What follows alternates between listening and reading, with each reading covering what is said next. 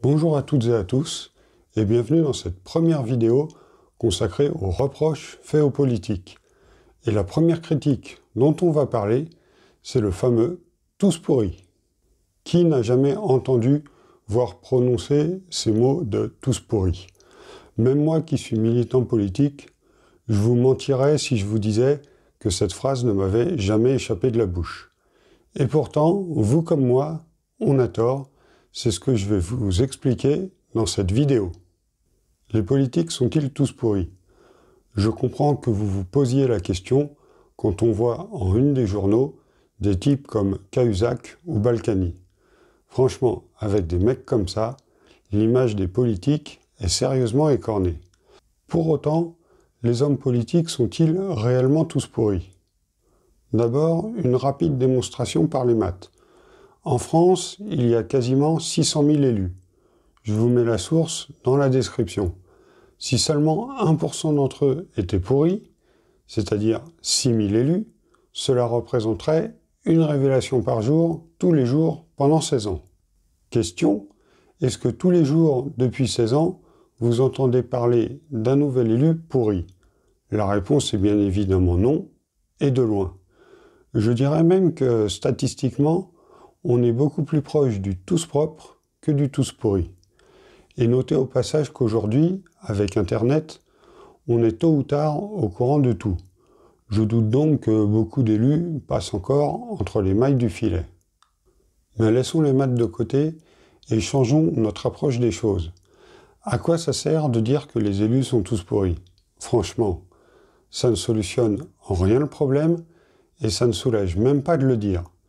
Le seul effet réel de dire tous pourris, c'est de mettre fin à une discussion sans avoir avancé d'un millimètre dans la solution. C'est franchement pas très constructif. Donc soyons positifs, changeons nos habitudes et gardons la tête froide. Car malheureusement, avec les nouvelles méthodes politico-judiciaires qui ont émergé, je crains qu'on n'ait pas fini d'entendre parler du tous pourri. Souvenez-vous du procès Lula au Brésil en 2018. Lula était archi favori pour redevenir président, mais a été poursuivi pour des faits qui n'ont jamais existé. Malheureusement pour lui, on n'en a eu la preuve qu'après l'élection. Dans les faits, Lula s'est retrouvé en prison et son juge manipulateur est devenu ministre de la Justice du nouveau président Bolsonaro. Nous serons d'accord pour dire que ce n'est pas un très grand moment de justice et de démocratie. Voilà ce qui s'est passé au Brésil et dans d'autres pays d'Amérique du Sud, et comme je ne crois pas aux exceptions, on peut se demander si cette méthode de mise hors jeu politique par la voie judiciaire n'est pas aussi mise en pratique chez nous, en France. On se souvient tous des révélations sur François Fillon en 2017.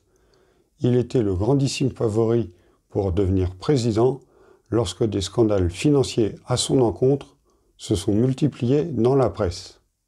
Vous pouvez penser ce que vous voulez du fond de l'affaire, mais on peut être surpris par l'incroyable rapidité de la mise en accusation judiciaire en pleine campagne électorale et, dans la foulée, de la tout aussi incroyable lenteur de la procédure judiciaire après les élections présidentielles.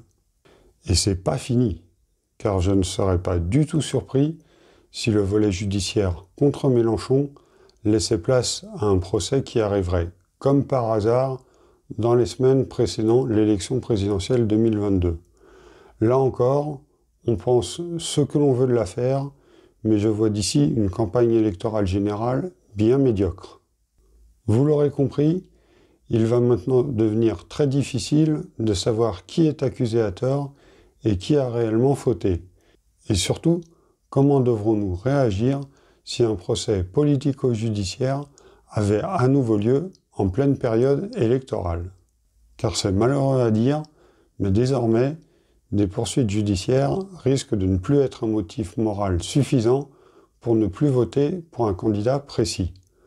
Vous serez alors seul avec vous-même pour deviner ce qu'il en est vraiment. En effet, il ne faudra pas compter sur la couverture putaclic et partisane de nombreux médias pour décortiquer le vrai du faux. Vous avez sûrement déjà remarqué que les médias n'hésitaient pas à critiquer certains politiques, Il y a une raison à cela. Les métiers les plus détestés par les Français sont, et de loin, les journalistes et les politiques. Et ça, les médias en ont tout à fait conscience. Mais au lieu de se démarquer par le haut en faisant leur travail, les médias préfèrent pourrir les politiques dès qu'ils le peuvent, afin de ne plus être les plus détestés. C'est pas très glorieux, mais c'est ainsi. Il n'y a qu'à regarder les émissions de Yann Barthès pour vous en convaincre. Il suffit parfois d'une cravate pas droite pour que les journalistes se moquent et critiquent un homme politique. Alors imaginez quand les journalistes entendent parler du début d'un commencement d'une rumeur judiciaire contre un homme politique. À ce moment-là, c'est le torrent de boue qui se déclenche. Pour conclure, je dirais que c'est trop facile de dire que les hommes politiques sont tous pourris. Non seulement on a vu que c'est faux, mais ça n'élève pas le débat. Pour trouver une solution plus positive, il faudra alors changer nos mentalités. Et pour y parvenir, il n'y a pas 36 solutions.